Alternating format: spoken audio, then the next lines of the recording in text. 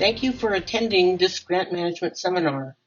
I encourage every club to consider applying for a foundation grant, either a small project using district grants or a more ambitious global grant project.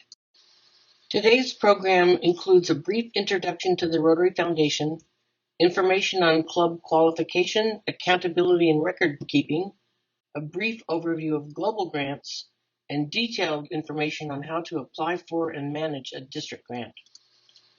The Rotary Foundation is the heart of Rotary's efforts to improve the lives of people around the world. The funds our district make available to clubs for their grant projects comes from the annual fund of the Rotary Foundation. When district Rotarians donate to the annual fund, the foundation invests those funds for 3 years. After the 3 years, 50% of the money stays with the foundation in the World Fund, and the other 50% is available as district designated funds, or DDF, for projects chosen by District 5500. The foundation allows the district to earmark a maximum of 50% of that DDF for district grants. In our district, we allocate the full 50% for projects developed by our clubs.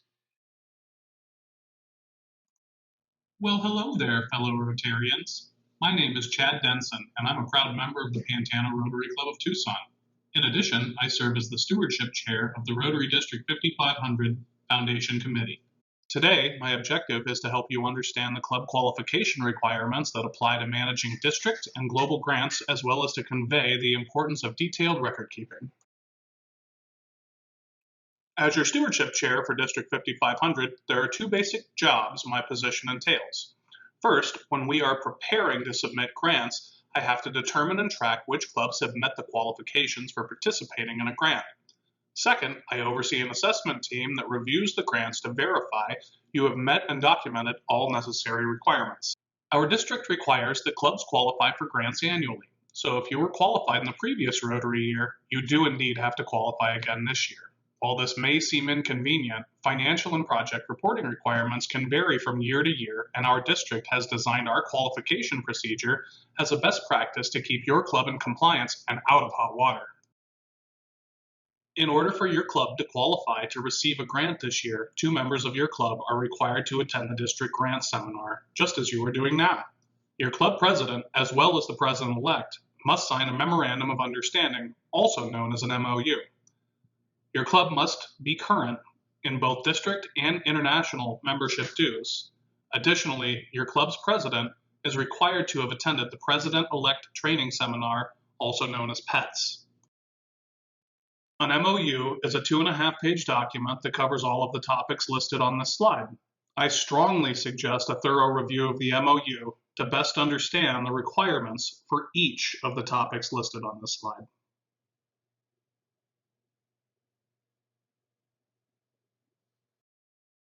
Item 3 on the MOU, for example, is quite important. This is the financial management plan of your grant. The plan is required to be written and are different for district grants and global grants, specifically when it comes to banking requirements. In that written plan, you are required to outline who can approve and or make expenditures, bank account requirements, how your club is going to keep separate records for your received grant monies. Accountability is extraordinarily important with grants. You must establish who can authorize expenditures. You are required to establish an inventory of any equipment or other assets purchased. Finally, your bank records need to agree with all grant records. MOU Section 6 states that you're required to keep your documents for a minimum of 5 years. Please remember, my assessment team can go back and review these records at any time. Items you must keep are not limited to the MOU, the project needs assessment and project budget, beneficiary documents and letters of agreement, and all other documents like vendor quotes and agreements, receipts, income and expense account ledgers, bank statements, and records of funds transferred if you happen to be engaged in a global grant. In our district, there are some wonderful service projects out there, and I'm available anytime to assist your club in qualifying for a grant. So please don't hesitate to reach out. Also, don't forget to visit the District 5500 website, where you can obtain all of the information to qualify, that has been discussed in this presentation. Thank you for considering a grant to improve the impact your club can have on your special project. I wish you enormous success.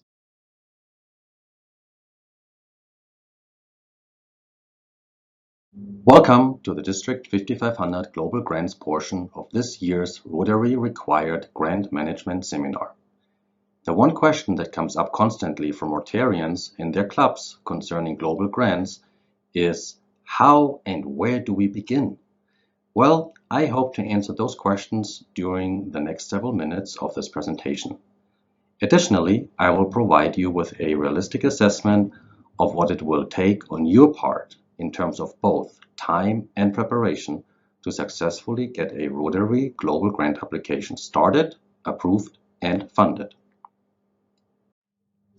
Unlike district grants, where much of the project's oversight is managed by your local Rotary district, in our case, District 5500, global grants are a completely different ballgame. Don't be scared now, because this is mostly good news. First, the Rotary Foundation's written guidance for global grants is both extensive and quite clear. And second, they have a dedicated staff to help you work through the many challenges you will face when putting a global grant together. However, you must remember that not every Rotary project is eligible for global grant funding. In the broadest sense, the project selected must relate to Rotary's mission of advancing world understanding, goodwill, and peace, and include active participation of Rotarians in both locations, here and the targeted community. As a starting point, your project must conform with Rotary's terms and conditions for district and global grants. It must support activities that align with at least one of Rotary's areas of focus goals. It must have a budget of at least $30,000, although we have seen projects run well over $100,000 or $200,000. And it must also be of benefit to a community based on the needs identified by that particular community. And finally, the project must be sustainable. This last point is becoming more and more important for today's and future global grants, so you definitely want to keep that in mind. In addition to selecting the right project, there are several things that you and your club must also accomplish before you are eligible to tackle a global grant. First off, your club must qualify. Qualification is an annual requirement which cannot be waived by our local district. Details of this requirement will be discussed somewhere else in this seminar, and I will defer to that presenter. For right now, just remember it must be accomplished before you submit a global grant application to the Rotary Foundation. You must also actively engage in benefiting the targeted community. You must partner with a Rotary club in the country where the project is to take place. You must also build a comprehensive financial plan that includes a detailed budget. And most important, for humanitarian projects, which most of ours will likely be, you must complete a community assessment. Stated another way, this simply means that you must convince Rotary and the Rotary Foundation that your great idea for a project is not only yours, but is also the benefiting communities. It is something that they, the targeted community, want and need, and that they are willing to work with you to achieve. Okay, so now that you are aware of all these criteria, what you really need to know is what is it going to take to get your application written, submitted, and approved. To that end, even before you settle on what your global grant project is to accomplish, you need to do a bit of homework. Start by going to the Rotary International and District 5500 websites and download all the listed documents. They are easy to download. For example, just search for Rotary's A Guide to Global Grants on the internet and several links should come up. Just click on it, download it, and start reading. Those documents are essential for your understanding of Rotary's grant process and restrictions. Additionally, they will provide you with grant writing guidance supporting the process of applying for a global grant. Honestly, you won't know the right questions to ask until you have armed yourself with information provided in these documents. After reading through these guides, it would be a good time to contact the District 5500 Global Grants Chair and get an initial reaction on behalf of our district. Remember, we cannot offer much useful advice if we don't know about or understand what you are trying to accomplish. Bottom line is that the Rotary Foundation will expect you to understand and comply with all of these documents, so it is really essential that you take a few minutes at the start to read these guides before you do anything else. Not understanding the guidelines can cost you much valuable time and effort, so I really encourage you to make that your first step in the process. To have a successful global grant, it really takes only two things: time and commitment. Unfortunately, many first-time global grant participants totally underestimate the necessary time and effort needed to successfully plan and execute a global grant. Don't be misled. Writing a good grant application and gaining the Rotary Foundation approval is the foundation of a successfully executed global grant. Also, remember that grant writing is an ongoing effort that doesn't end with the first good draft. There will be recommendations from your local reviewers, your partner club, and the Rotary Foundation staff. This feedback should be expected and should not become a source of discouragement, rather than the opposite. Be open to their inputs. You don't have to accept any or all of them, but this feedback will help you to clarify vague references and understand where an alternative view or approach might be more beneficial to the desired outcome. As for time, virtually every successful global grant we have reviewed over the past several years needed more time than initially anticipated to gain approval and to complete. Putting together a global grant project within one Rotary year is by far the exception and not the rule. Project planning simply takes longer than that, and when projects do indeed move more quickly, the reason is always the same.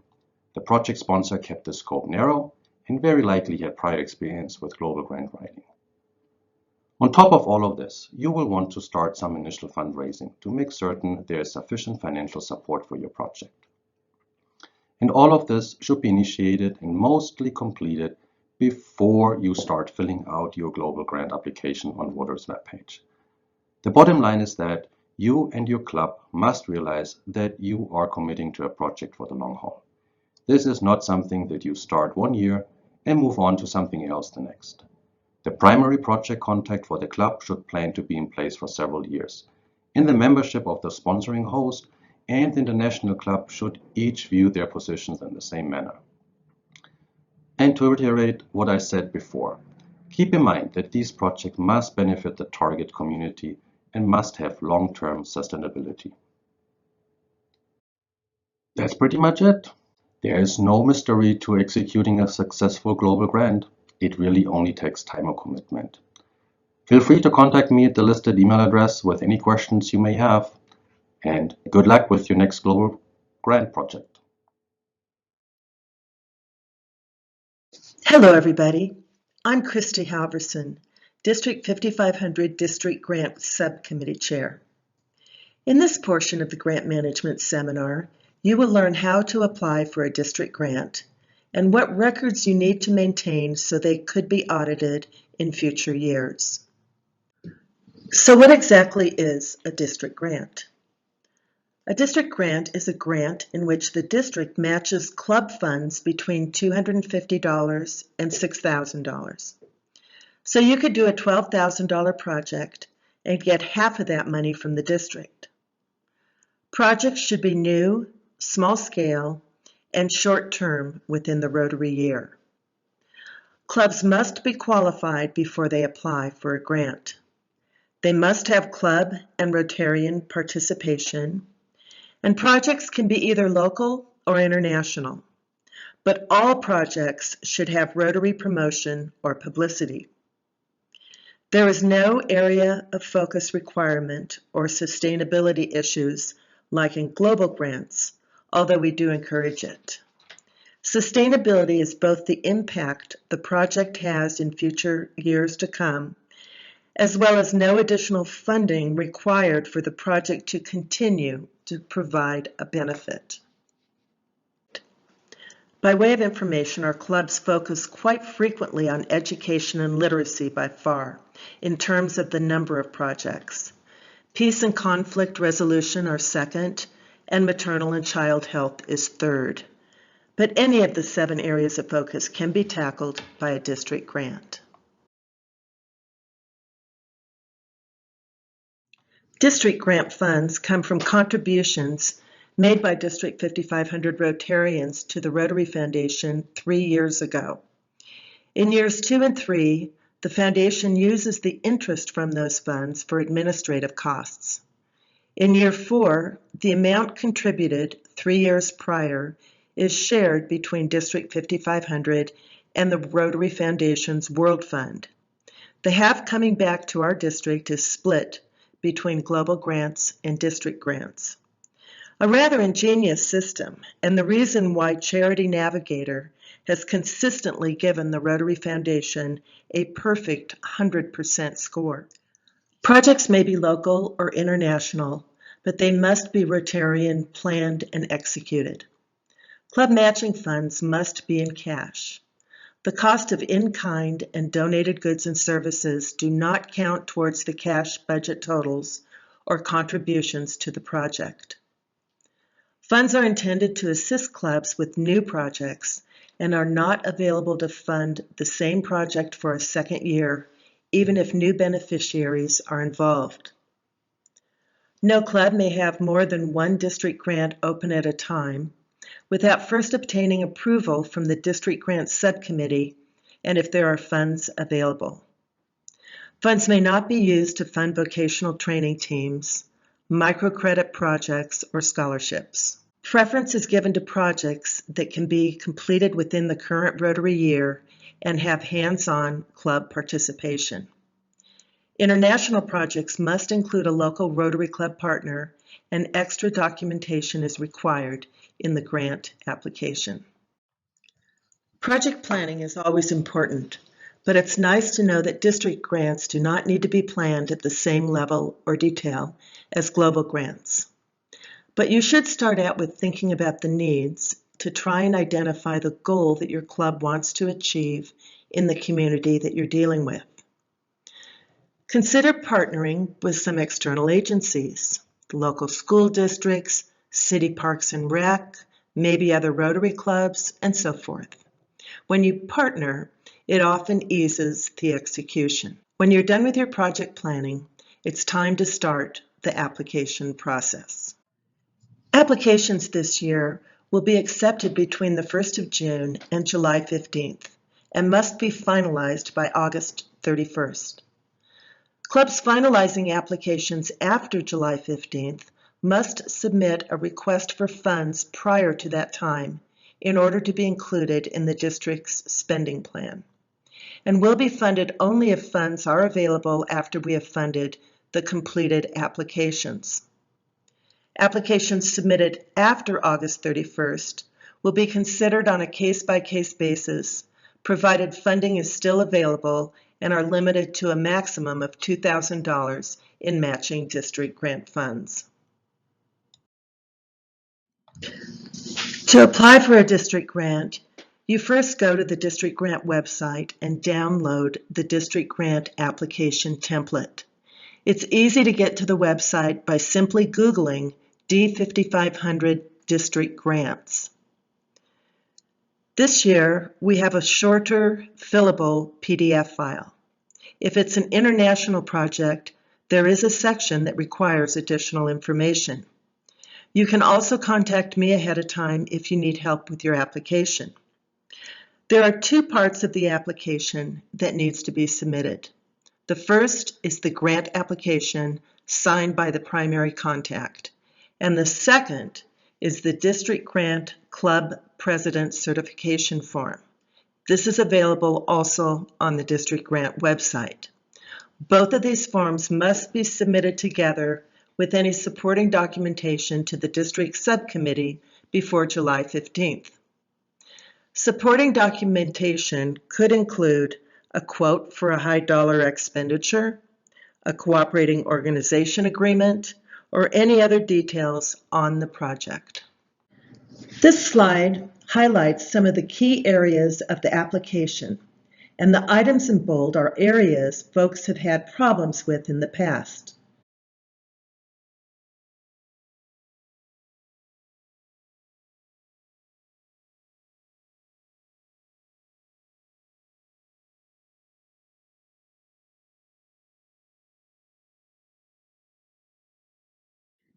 New this year, since we've gone to a PDF format, is the District Grant Club President Certification Form, which must accompany the District Grant application.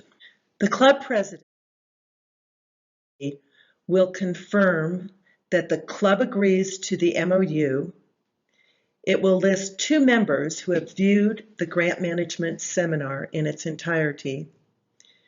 It will list the name of the club's Rotary Foundation chair, and the president will agree that the district grant application is true and accurate, is undertaken by the club to plan and execute, that it will comply with RI's reporting and financial responsibility, and that a final report will be completed within 60 days of completion or May 1st. And in the event the project is not completed, a progress report will be filed.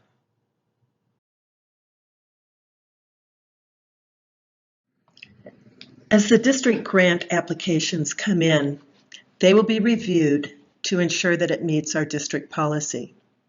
The district grant subcommittee will then meet to evaluate each application. If the district grant funds are sufficient, then all the applications are approved, and the approved projects and their costs are listed in a spending plan. If the funds are insufficient, the district grant subcommittee will rank the applications according to the district grant policy, and the ranking will determine the degree to which each application is funded. The district grant policy is available for review on the district grant website. Finally, the chair of the Rotary Foundation Committee and the district governor will review and approve the proposed spending plan, which is then submitted to the Rotary Foundation. The spending plan will be submitted to the Rotary Foundation in July. They have 6 weeks to send a check, but typically it takes only a couple of weeks, so we should have the funds by mid-August. The check will be sent to the club's address of record. Please remember that you can send a draft copy to me prior to July 1st for review. You've received your check and now executing your project. Keep in mind that it's very important to keep some essential records, and those records need to be kept for 5 years and are subject to audit both internally by our Stewardship Committee or externally by the Rotary Foundation.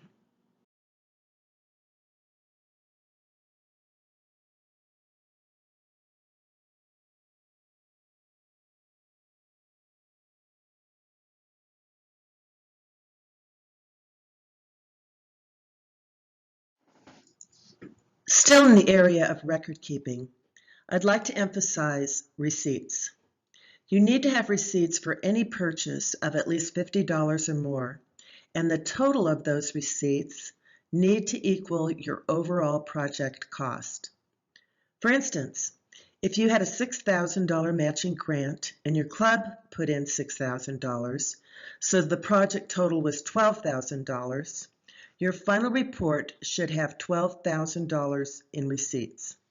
If it doesn't, you may have to return some of your district grant matching funds. Also, those receipts need to be dated after the date you received your check from District 5500. This is Rotary International policy that we adhere to. Again, keep any correspondence with other Rotary clubs you're participating with or with any other entity or organization. As well as photos. Keep photos. They are always good for public relations. And as I mentioned earlier, please keep all of your records for a minimum of 5 years after completion of the project. So your district grant final report needs to come to me, just like your application did. and email is the easiest way to do it. And you will need to do it within 60 days of completion or by May 1st.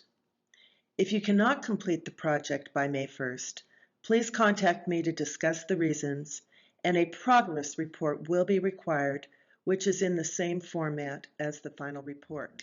The last slide in this section covers 3 common errors that have occurred in the past and what the correct procedures are.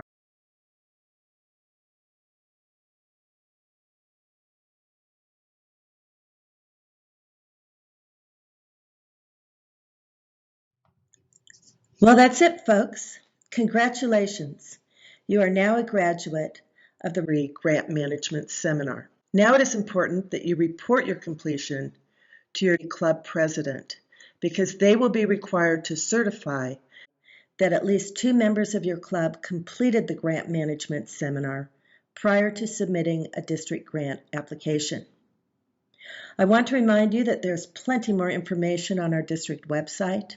And again, to get there, just Google D5500 Club Qualification or D5500 District Grants or D5500 Global Grants. And Google will take you right to that webpage. Also, you can reach out to any of us, the Stewardship Chair, the Global Grant Chair, or me, the District Grant Chair, for any information you might need. We are here to serve our clubs and the great work that you do. I wish you success in all your endeavors this coming Rotary year.